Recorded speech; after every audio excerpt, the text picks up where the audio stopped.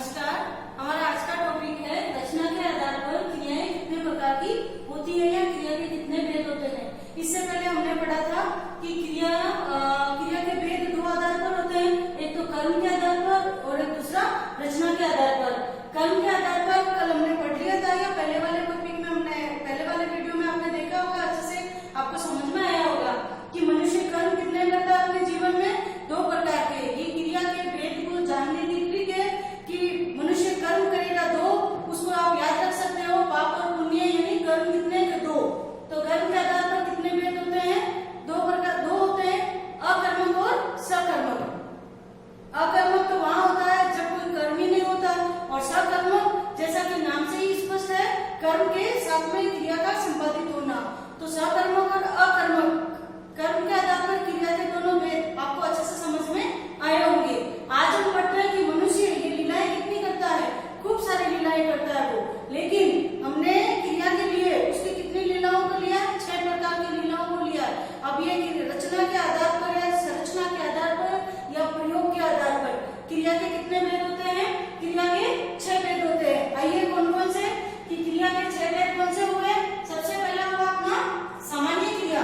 अब सामान्य क्रिया किसे कहते हैं? अब नाम से ही स्पष्ट है कि सामान्य, ये कोई ज्यादा इतना इसके अंदर नहीं है या ज्यादा इतना आपको डीपली जानने की आवश्यकता नहीं है, जिसको दूसरा नाम सहायक क्रिया भी दिया जाता है।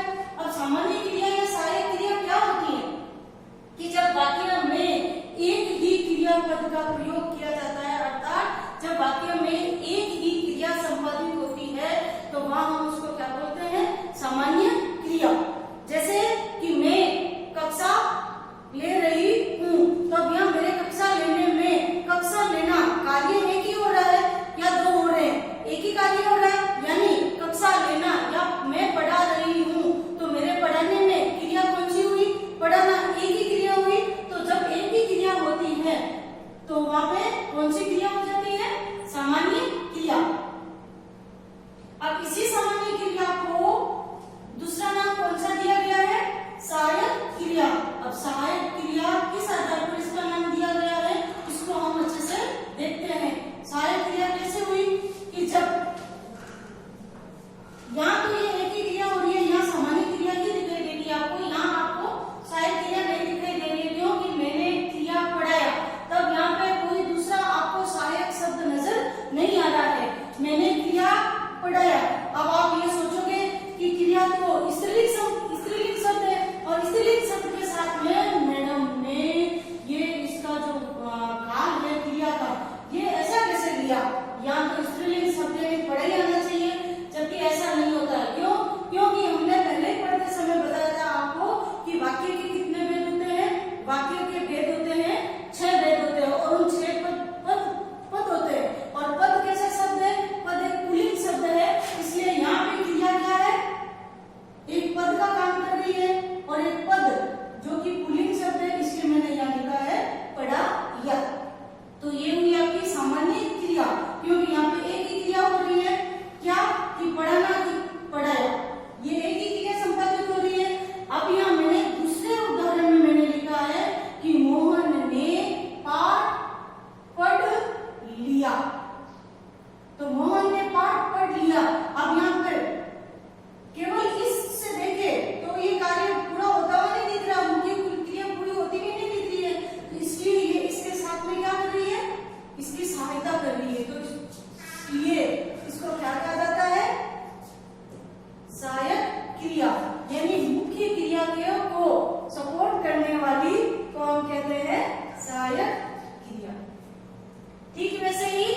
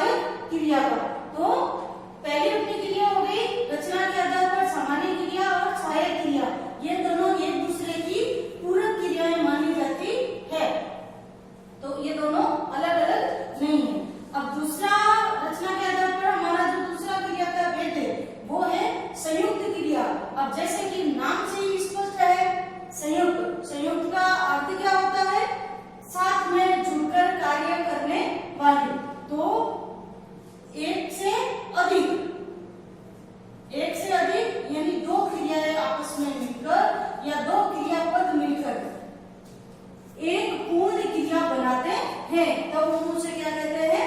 संयुक्त क्रिया कहते हैं। ठीक है, अब संयुक्त क्रिया कैसे हुई? यानी कई बार ऐसा होता है कि हम कार्य तो एक ही करते हैं, लेकिन उसमें क्रियापद कितने आ जाते हैं? दो आ जाते हैं। और दो कैसे आते हैं? जैसे मैंने यहाँ लिखा है कि मैंने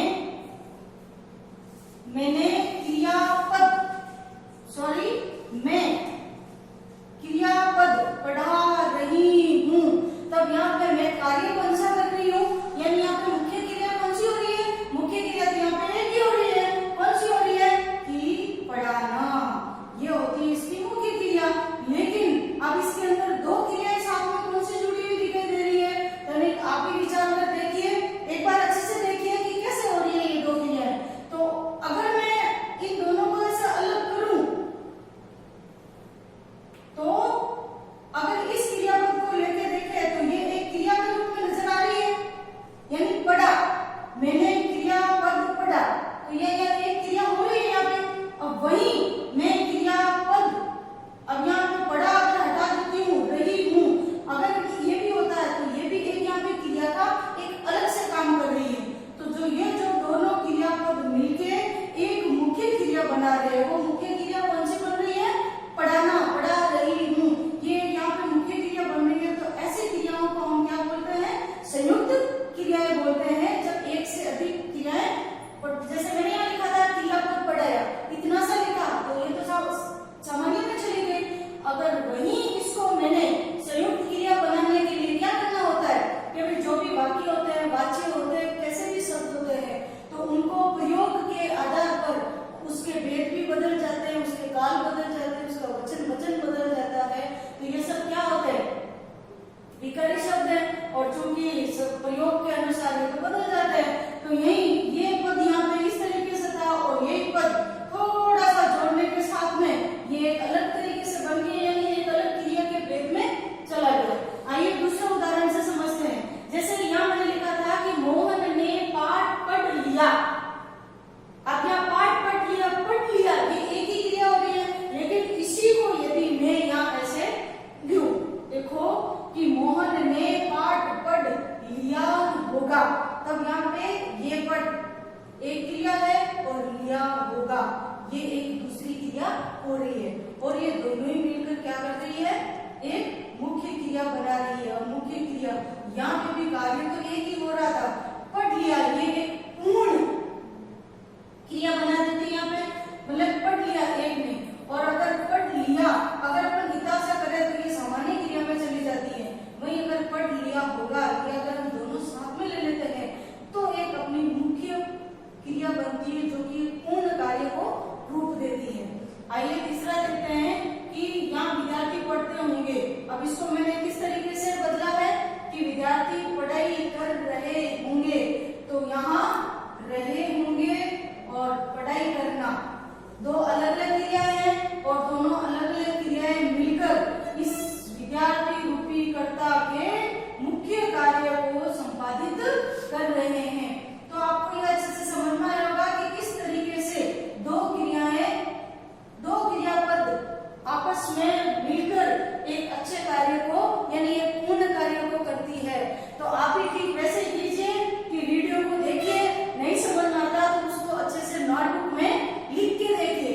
तो जब दोनों कार्य आप साथ में करेंगे तो आपका एक पूर्ण मुख्य काम बनेगा, क्या कि आपको सारा अच्छे से समझ में आएगा। तीसरा प्रकार है, या तीसरा क्रिया का भेद है अपना नाम धातु क्रिया। अब नाम धातु क्रिया क्या होती है? अब जैसे कि स्पष्ट है यहाँ से कि धातु का नाम, और इससे पहले धातु कौन सी होती है? वो सभी धातु क्या होती है? संज्ञा, सर्वनाम और जो विशेषण का रूप बनती है, तो वही सब क्या होती है? धातुएं। तो धातुओं का नाम यानी कि वो क्रिया जो संज्ञा शब्द, सर्वनाम शब्द और विशेषण शब्दों के पीछे, अब आगे तो लगने से नहीं, आगे लगेगी तो उपसर्ग हो जाता है, तो पीछे प्रत्यय लगाने से जो सब क्रियाएं बनती है, वो क्रिया कौन सी होती है? अपनी नाम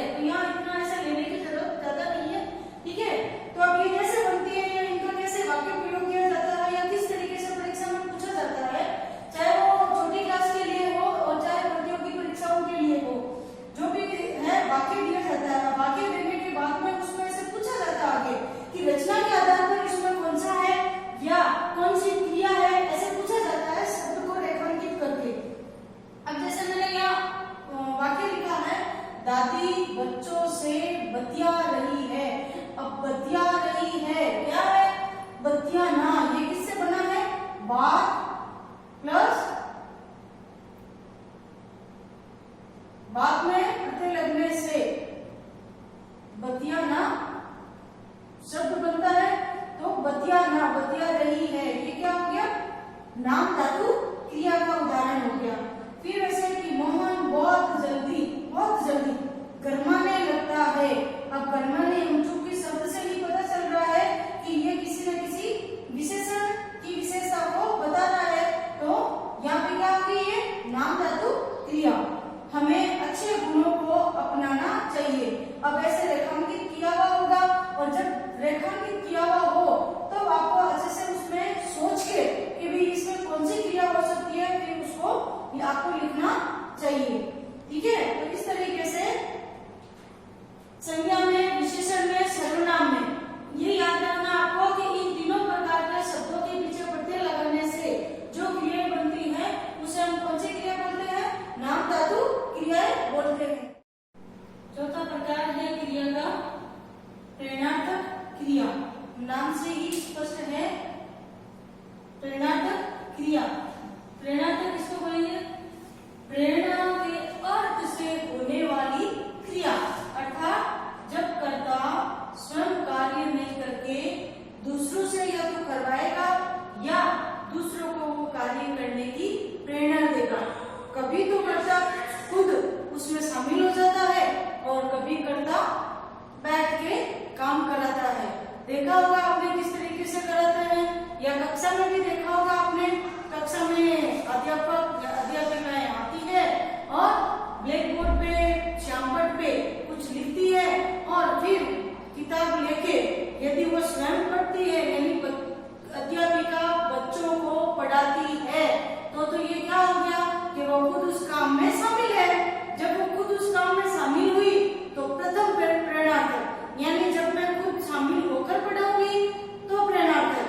केवल अब आप पढ़ेंगे, यानी अध्यापिका बैठ जाती है, फिर बच्चों से बुक ले लेके कि भाई आप इस पाठ को पढ़ो, इसको बार बार पढ़ो ताकि आपको अच्छे से पढ़ना है। तब यहाँ पे अध्यापिका तो बैठ जाती है और बच्चों से वो पाठ पढ़वाती है। तो ये क्या होगी, द्वितीय प्रेरणार्थक। जब कर्ता खुद साथ में कार्य करेगा तब तो प्रथम प्रेरणार्थक, और जब कर्ता खुद कार्य नहीं करके और दूसरों से करवाएगा तो वो द्वितीय प्रेरणार्थक। कैसे होती है, आइए देखते हैं। यानी दूसरों को कार्य करने की प्रेरणा देते हैं। जैसे कि यानी मैंने यह लिख रखा है आपके लिए कि जब कर्ता स्वयं का शामिल हो उस कार्य को करने में, तो हम उस क्रिया को कैसा बोलेंगे, प्रथम प्रेरणार्थक। ठीक है, और जब दूसरों से ही कार्य करवाए, यानी दूसरों से ही मतलब वो खुद तो बैठा रहे और दूसरों से काम नहीं करवाए, तो वो हो जाती है आपकी द्वितीय प्रेरणार्थक। यानी दूसरों से काम करवाना, बैठे बैठे आदेश लेके काम करवा जाते हैं ना, तो वो किस तरीके से होता है, आइए देखते हैं। मैंने यहाँ कुछ उदाहरण लिखे हैं और आप खुद इसको देखिएगा कि किस तरीके से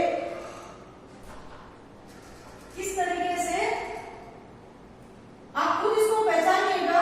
मैंने उदाहरण सारे एक साथ लिखे हैं। अब आपको यह बताना है कि यह प्रथम प्रेरणार्थक होगी या द्वितीय प्रेरणार्थक। आप इसमें खुद अपना टेस्ट ले सकते हो कि यहाँ पे उदाहरण तो दे दिया गया है, अब उदाहरण दे देने के बाद में ये क्रिया किस तरीके से हो रही है, तो इन दिए गए उदाहरणों से ही आपको अपने हिसाब से अपने नोटबुक में लिखना है और फिर उसकी पहचान धीरे धीरे लिखनी है। केवल देखने मात्र से सारी चीजें संभव नहीं होती है, अपन जब खुद करेंगे तो अच्छे से समझ में आएगी। तो मैंने पहले से लिखा नहीं इसको, पहले मैंने उदाहरण दिया आपके लिए कि माँ बच्चे को दूध पिलाती है। अब यहाँ पे दूध पीने का कार्य कौन कर रहा है, अब यहाँ दूध पीने का कार्य तो कौन कर रहा है यहाँ पे, कि बच्चा। लेकिन काम तो बच्चा कर रहा है, लेकिन क्या इस बच्चे के साथ में जो करता कौन है यहाँ पे, माँ। अब माँ क्या कर रही है, क्या माँ बच्चे के साथ में दूध पिलाने के कार्य में वो खुद शामिल है, क्या खुद शामिल हुई, तो अपनी कौन सी क्रिया हो गई, प्रथम प्रेरणार्थक क्रिया। क्यों, क्योंकि इसमें ये बच्चा अकेला दूध तो पी रहा है, लेकिन माँ उस बच्चे के साथ में व्यस्त है, शामिल है, इसलिए प्रथम प्रेरणार्थक। दूसरा लिखा मैंने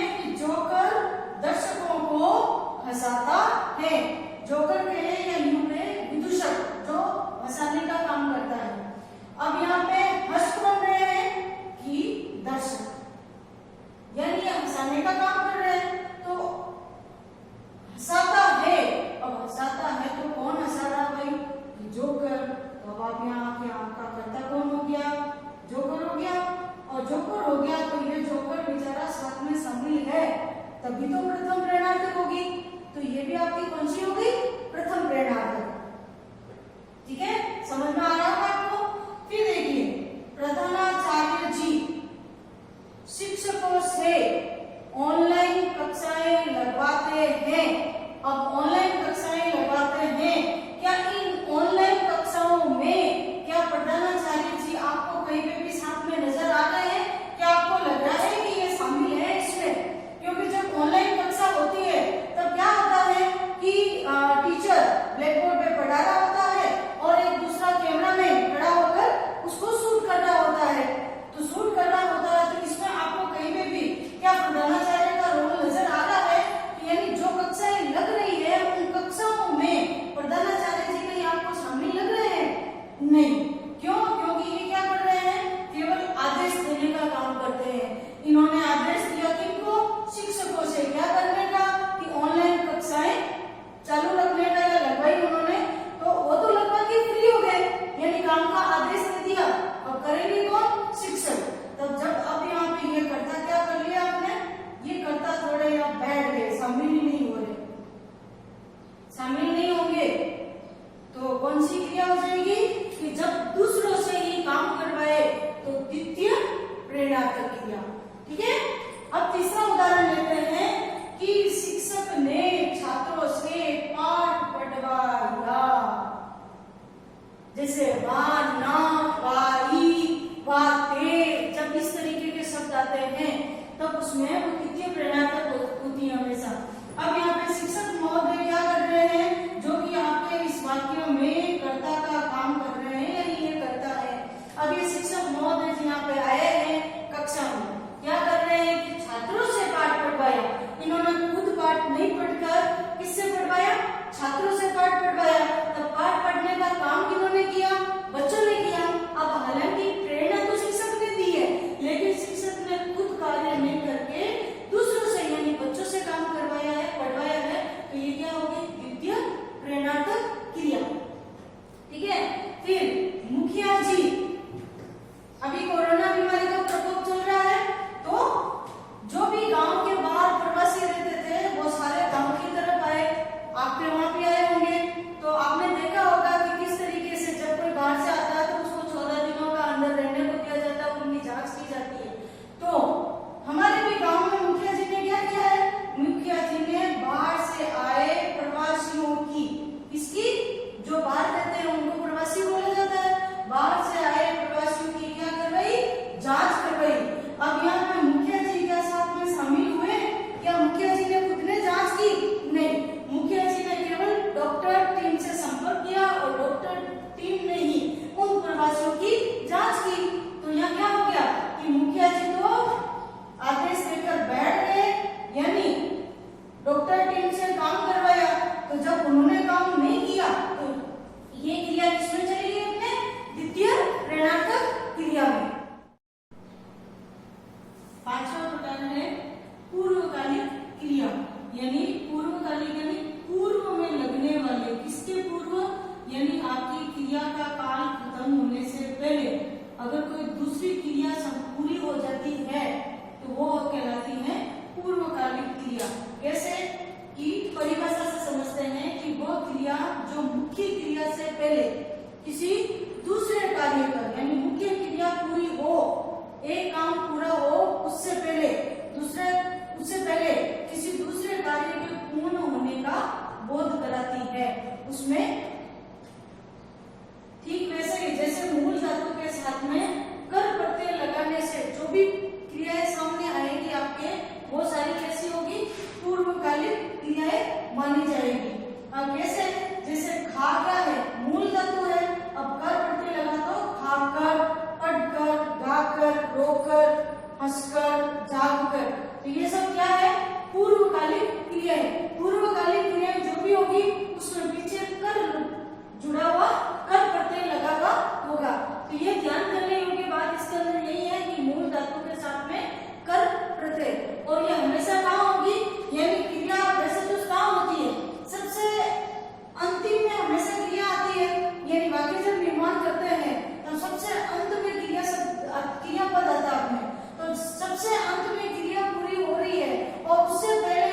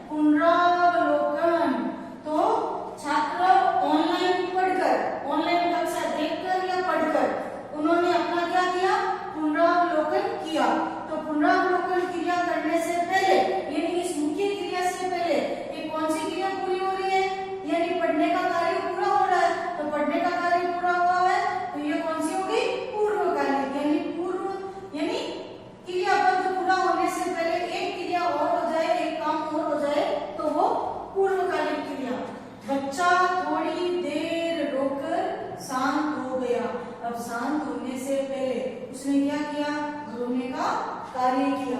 तो रोक कर यानी कर प्रत्यय साथ में लगा हुआ, इसका मतलब पूर्वकालिक क्रिया।